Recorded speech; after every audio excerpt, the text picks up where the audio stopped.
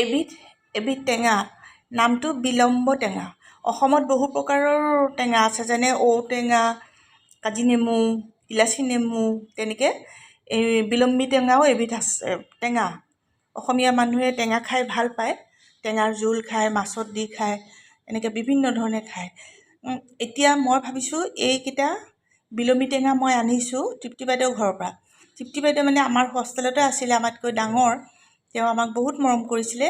বিয়াৰ পাছতো এতিয়া মই য'ত থাকোঁ তাৰ ওচৰতে তৃপ্তি বাইদেউৰ ঘৰ। আৰু তৃপ্তি বাইদেউৰ মাটি বাৰী বহুত, একদম ঘৰখনত বহুত লাগতিয়াল বস্তু ঢেৰ আছে, নথকা বস্তুৱেই নাই। আম, কঁঠাল, লেটেকু, জামু আৰু এই বিলম্বী টেঙা, এইবিলাক মুঠতে শাক পাচলি অনেক। আৰু মই গৈছিলোঁ তৃপ্তি বাইদেউৰ ভিনদেউৰ গা ভাল নহয়, খবৰ কৰিবলৈ গৈছিলোঁ। যাওঁতে মানে বাইদেৱে ক'লে অলপমান বিলম্বী টেঙা লৈ যোৱা, আচাৰ কৰিবা। তাৰপাছতে মোৰ মিষ্টাৰে অলপমান ছিঙিলে, ওখত আছিলে গছজোপা, বৰ বেছি ছিঙিব নোৱাৰিলে, এইকেইটা ছিঙিলে আৰু কেইটামান আমি দাইলতো দি খালোঁ। এইকেইটা মই ভাবিছোঁ আচাৰ বনাম। আচাৰ বনালে আপোনালোকক দেখুৱাম। এতিয়া ৰ'দ নাই ইয়াত, ৰ'দ নোহোৱা কাৰণে মই ফেনৰ তলত এই কাপোৰত শুকুৱাইছোঁ। পানীটো ভালকৈ মুচি এনেকৈ কৰিব লাগিব।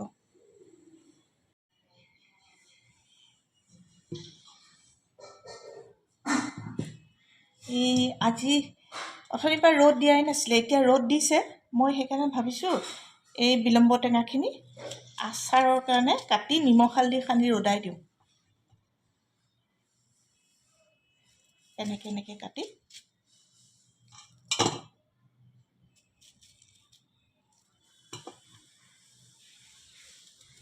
টেঙাটো খুব কোমল, বৰ ধুনীয়া টেঙা, ৰসাল কোমল।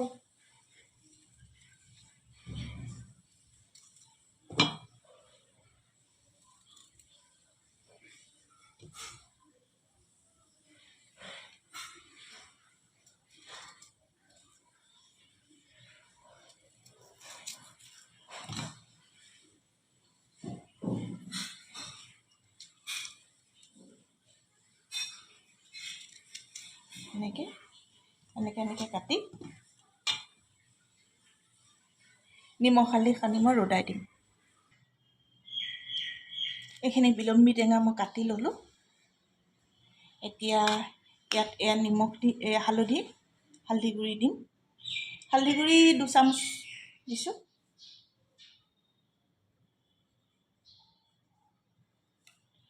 আৰু ঠিক তেনেকৈ নিমখ 2 চামুচ দিছোঁ। পিছত আৰু দৰকাৰ পৰিলে নিমখ দিম। টেঙা আচাৰত অকণমান নিমখ বেছি হ'লেও একো বেয়া নহয়, খাই ভালেই লাগিব। এইখিনি মই দি এতিয়া সানি অকণমান ৰ'দ দিছে, 2 ঘণ্টামান ৰ'দত দিওঁ, তাৰপাছতে মই আৰু তেল দিম। এয়া মই অকণমান নিমখ হালধি সানি দিছোঁ।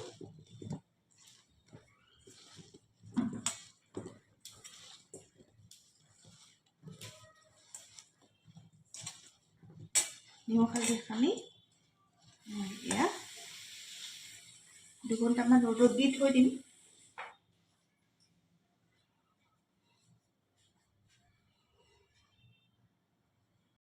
এই বিলম্বী আচাৰখিনি যে মই বনাবলৈ ৰেডি কৰিছোঁ, আজি ভাগ্যৰ বলত অকণমান ৰ'দ দিলে। এই মানে ৰ'দটো নায়েই এইকেইদিন, একদম বেয়া বতৰ, খুব বেয়া বতৰ।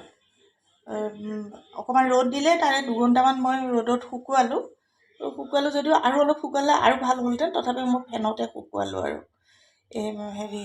নিমখ হালধি সানি সেইকণ নুশুকুৱালে আচাৰখিনি বেয়া হৈ যাব।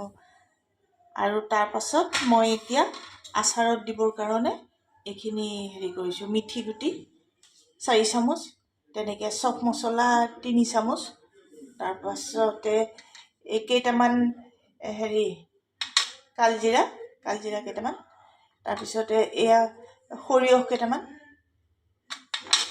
তাৰপাছতে এয়া জলকীয়াৰ গুড়ি 1 চামুচ, হালধিৰ অথনি দি থোৱা আছে কাৰণে 1/2 চামুচ, জালুক গুড়ি 1/2 চামুচ। এতিয়া এইখিনি চপ মছলা, মিঠি গুটি আৰু সৰিয়হখিনি, এইখিনি মই অকণমান ভাজি লৈ পেলাই মিক্সিত গুড়ি কৰিম। পূৰা গুড়ি কৰি নিদিওঁ, অলপ ডোখৰ হৈ থাকিব, তেনেকুৱাকৈ দিলেহে ভাল হ'ব। তাৰপিছত মিঠাতেল গৰম কৰিম, গৰম কৰি পেলাই আচাৰখিনিত দিম আৰু মছলাখিনি দিলে তেতিয়া 10 দিনমানৰ পাছত আচাৰখিনি সম্পূৰ্ণ হ'ব। আৰু কালজিৰা টেঙা আচাৰত দিলে খুব ভাল হয়, খাবলৈও ভাল লাগে, টেষ্ট এটা হয়। মই কেৰাহী গৰম কৰিছোঁ। ইয়াতে মই এতিয়া প্ৰথম মিঠি গুটিখিনি গৰম কৰি লওঁ।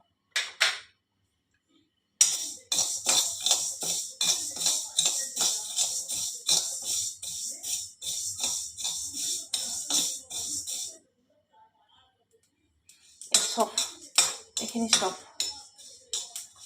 চফখিনি তেনেকৈ অকণমান গৰম কৰি লৈছোঁ। এতিয়া ইয়াতে মই অলপ মিঠাতেল গৰম কৰি লৈছোঁ। আচাৰখিনিত দিব পৰাকৈ এয়া মিঠাতেল গৰম কৰিছোঁ।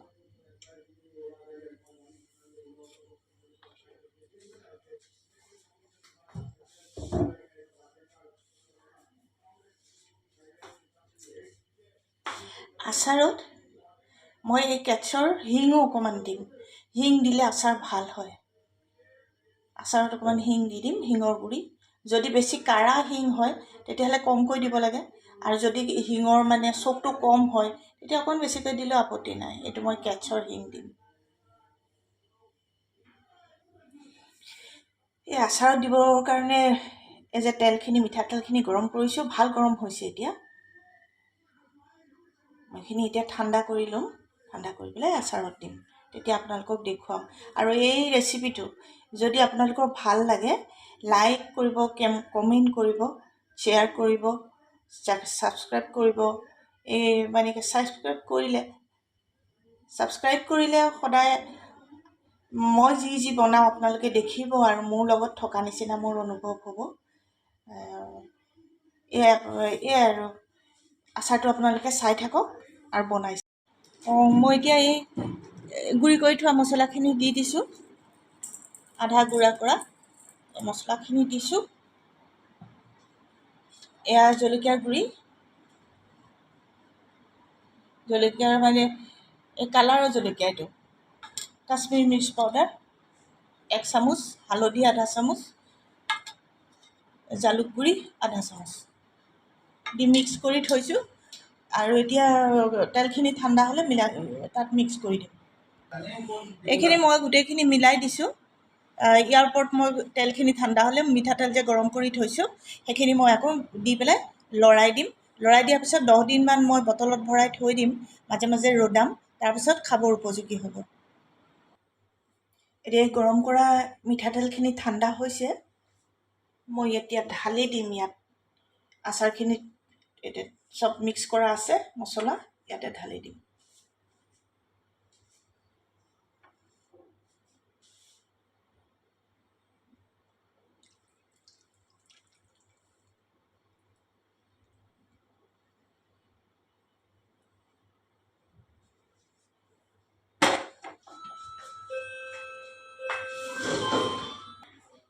এয়া মই এই কেটছৰ হিংটো, ইয়াত হিং অকণমানো দিম।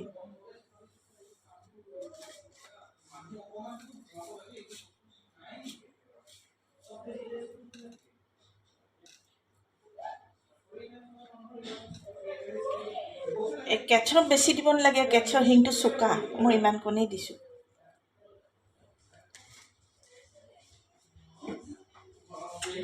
এতিয়া এইখিনি মিলাই দিম। এয়া মিলাই দিছোঁ। এনেকৈ এতিয়া মই বটলত ভৰাম আৰু।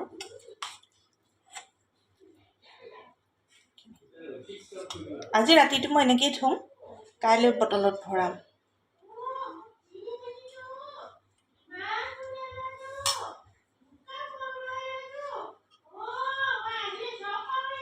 এয়া বিলম্বী টেঙাৰ আচাৰ হৈ গ'ল, ৰেডি।